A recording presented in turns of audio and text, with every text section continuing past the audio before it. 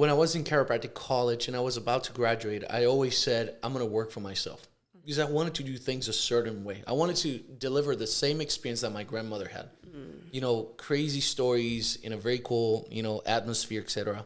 So I wanted to do something very specific. And when I graduated, I wanted to go back to Puerto Rico. I was like, I want to be there. My people speak Spanish, you know, the culture in general. Yeah. And I went down there. And actually, on purpose, I didn't take two things. Okay, I didn't complete a PT, physiotherapy board, that you need in the United States to practice in 45 states. So I was like, I'm not coming back, so I'm not going to take it. I was trying to put some barriers so I couldn't come back. The second thing that I didn't do is I was 2 credits short from completing a bachelor's. Really? Yeah, 2 credits short. I was like, I'm not going to complete it. Because in Puerto Rico, you could practice chiropractic with a doctorate, a pre-med, with the 4 main tests of the boards. Gotcha. And not need to complete your bachelor's. I was like, yeah, I'm not going to do it. So you can actually get your master's before you get your bachelor's in chiropractic? Well, not master, the doctorate. Doctorate. In chiropractic, yeah. In certain states. That's fascinating. In Puerto Rico was one. Florida, you needed everything. You needed the doctorate, the bachelor's, the 4 boards, PT board, plus a jurisprudence test. So you're 2 credits short and a test short. Yeah, and I didn't want to come back. And you're good. And I went down to Puerto Rico, went through the hoops. I was about to open, you know, had a location. We're working on the building plans, etc. And Hurricane Maria hit. I was like, son of a bitch. Maria, I had never been in a hurricane.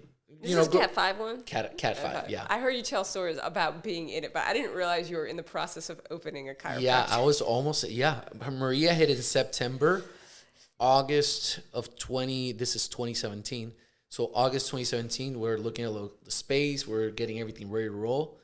And the hurricane hit. And I have been in hurricanes before, but they were usually category 1s. And, you know, it felt almost like a party.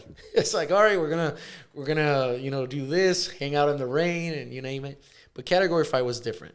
You know, it was like a nonstop wind and rain for 8 hours straight almost. And we lost power and water, which we knew would happen. That was standard. But for example, a lot of our families, they got power back 6 months later.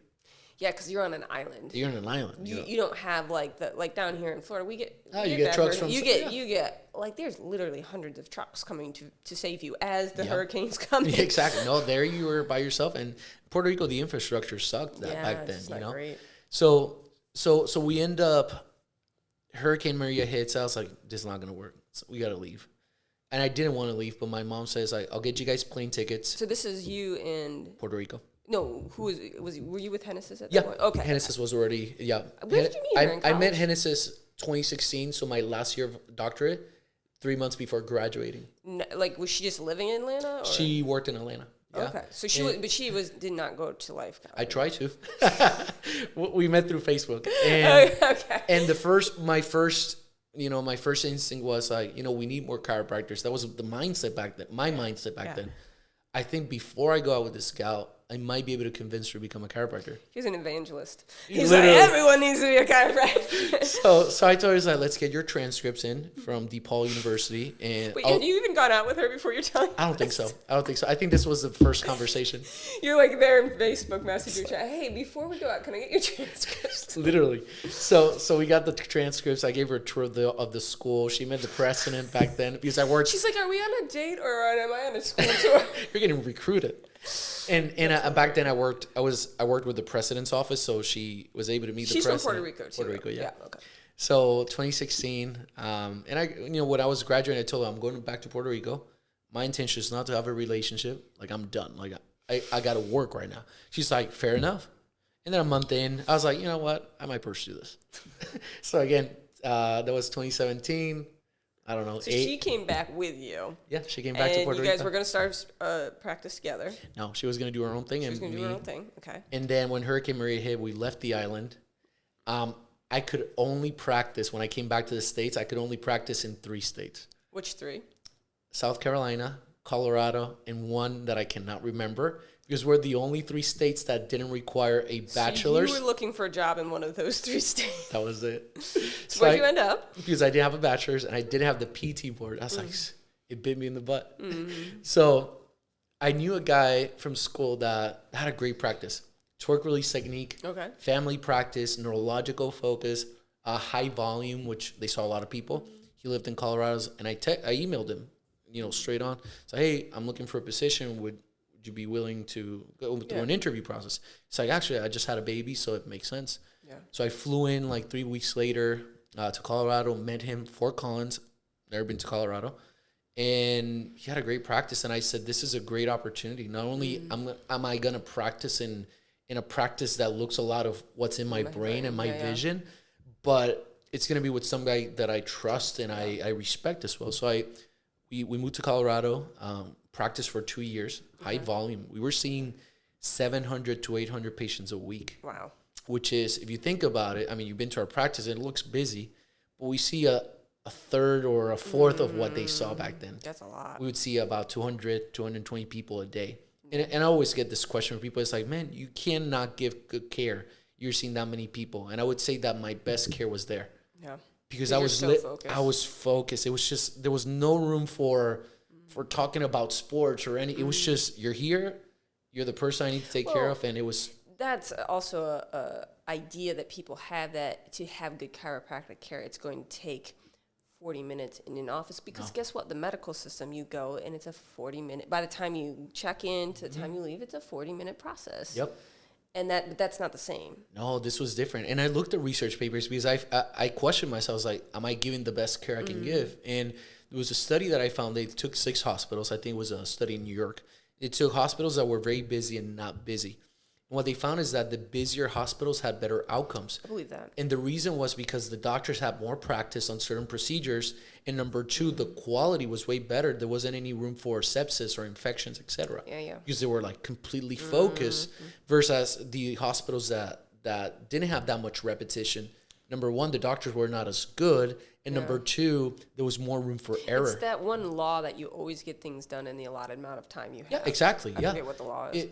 If I do Parkinson's law. Exactly. So we were high volume. It was insane. I mean, so many people. And my best stories are from when I was in high volume. The changes were crazy.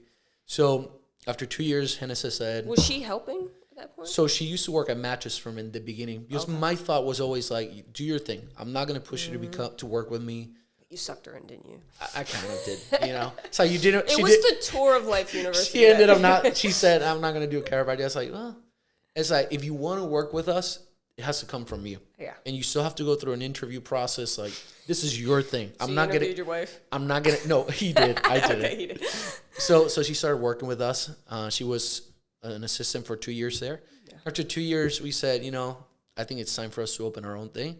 So in the process of figuring out where we were going to practice, the options were Puerto Rico or somewhere close to Puerto Rico, so Florida. And she had been to St. Pete years before, and she came hanging out with a few friends, and she said, there's this spot called St. Pete, which I think you should check it out. I was like, all right, that's fine. So 2019, we fly in, Frontier flight.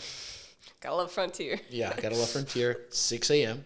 We show up at 6 a.m. Uncomfortable seats at 6 a.m. It's terrible. It's crazy that 7 years later, their seats are worse. They are. So I think now they're going to have like standing up planes or something. Oh, my God. Anyway. It's terrible. So we came to St. Pete, and as we're driving through the bridge, it was insane because there were dolphins jumping on the side of the bay. I was like, is this real? Is this real? Man, a movie. I know, and I love St. Pete. It was just so nice. It was just so different. It had a different vibe. It reminded me a little bit of Puerto Rico with the beach, etc. So I said, all right, this is it. So we looked at the map. We said, where's the middle of the map? Where's more accessible? Pinellas Park. Yep. So we said, all right, we're going to open an office in Pinellas Park. Nice. We were confident that it was going to work. We said, we love what we do. I think we're successful in what we do. We have the energy to help people. And we started talking to banks, and we're just like, hey, we need this much money to open this practice. And everybody told me that you need a little bit of money, collateral. You need experience and a business plan. I had the business plan. We had a little bit of money for collateral, and I had the experience. Okay. Called the first bank, Tampa Bay Bank. I don't remember the name. Tampa Bay Bank, number 1. Yeah, exactly. So we talked to them. They're like, no, this is a great idea. Excellent. Send me a business plan. Yeah, this looks great. A week later, we get a call in Colorado, and they're like, we talked to the loan officer. They say it's not a good idea. It's like, all right, it is what it is. So I had a list of other banks. So we reached out to a few more banks. All of them said no. Bank number 16 said yes. See, this goes back to what you said at the beginning. Resiliency. I can keep going. So it was Bank 16 that gave us the money. Achieva Nice. Credit Union. Nice. And it was crazy because when I talked to the officer, the loan guy or the VP, I don't remember, from SBA, he said, I funded a chiropractic office that works very similar to yours. I feel confident about this. I was like, right? I know. So the guy lent us the money, and we opened in 2020. We had a great plan. We were ready to roll. We're gonna change, Pinellas Park, and COVID hit, and our plans kind of got sidetracked. And it was a little bit of a bummer because I had already been through the hurricane first. I was like, this is the second strike. Like, there's no way we can strike out twice. And Henness is the one that says, like, you know what, let's go for it. Let's open it, and we'll see what happens, I feel like you actually had an advantage, though, because you stayed open when other people didn't. Everybody close. And it was crazy because the health department, when they were putting the banners in front of the doors, they skipped our office because they didn't know we were open. And to be honest, we didn't wear masks because, there was nobody there. Well, yeah, and if you're only having a couple people at a time. Then. Yeah, and we didn't have much, but we built it, and it went so well. Yeah. And we created it wasn't created on purpose, but it kind of worked out. And we attracted a specific person. They were usually people that, in that moment of COVID, they were anti-vax, they were anti-mask, they believed in the body's ability to heal themselves. Exactly, and they stood for freedom of choice. Yeah.